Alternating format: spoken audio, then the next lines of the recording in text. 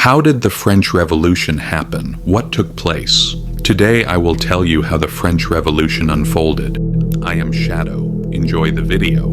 From the 18th century to the modern world.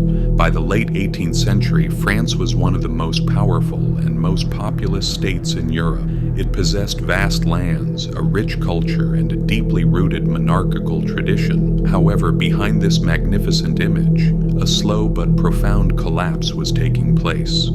France's main problem was not poverty. The country had influence across Europe and a strong presence beyond its borders. The real issue lay within the state's financial system. Years of continuous warfare, especially the 7 Years' War and financial support for the American War of Independence, had nearly exhausted the royal treasury. The state was drowning in debt, and there was no lasting solution capable of fixing this system. The structure of French society made the crisis even deeper. Society was divided into three main estates: the clergy and the nobility. Although they made up only a small portion of the population, enjoyed vast privileges. They either paid no taxes at all or paid very little. Meanwhile, the third estate, which made up the overwhelming majority of society, was crushed under the burden of taxation. This third estate did not consist solely of the poor. It also included a powerful bourgeoisie made up of lawyers, merchants, doctors, bankers, and intellectuals. Economically, this group had grown stronger, yet it had almost no influence in political decision-making. This was where the core problem truly emerged. By 1789, the state could no longer conceal its financial crisis. King Louis XVI called the Estates General, which had not convened for many years, in an attempt to find a solution. This meeting was intended as a way to resolve the crisis, but instead it opened the door to an unexpected process. The representatives of the Third Estate no longer saw themselves as merely one social class. They began to see themselves as the nation itself.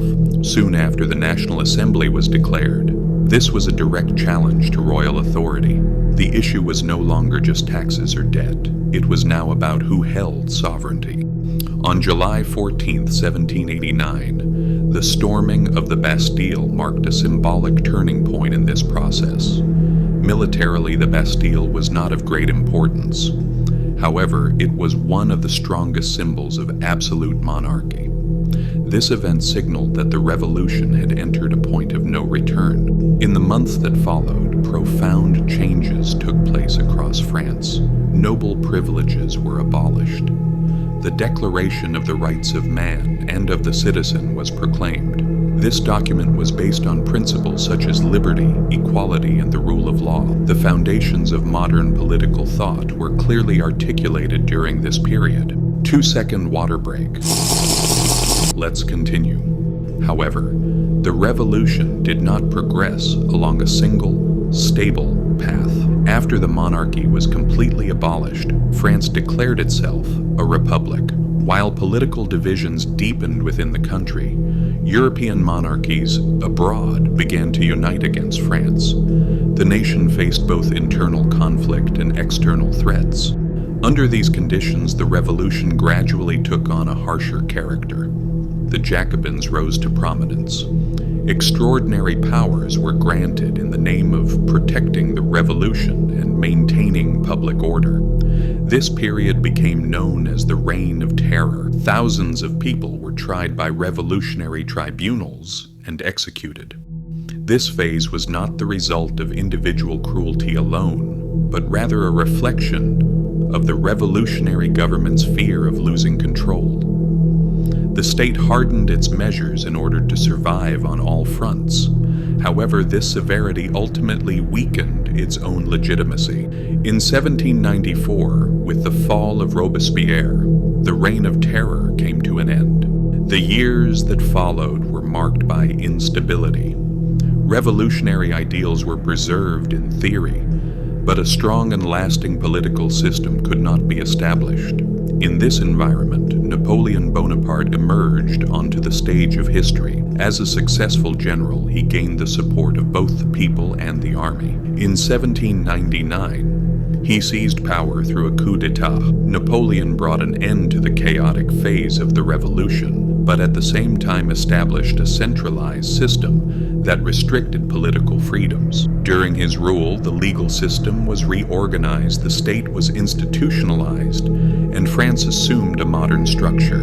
The revolution had come to an end, but the legacy it left behind would shape the fate of Europe and the rest of the world. The French Revolution was not merely a change of regime, it was the birth process of the modern state, modern citizenship, and modern politics. Concepts such as democracy, nationalism, mass politics, and the rule of law took shape during this period. For this reason, the French Revolution is not only the history of France, but the history of the modern world. For more videos like this, you can like the video and subscribe. Thank you in advance. I am Shadow. See you next time.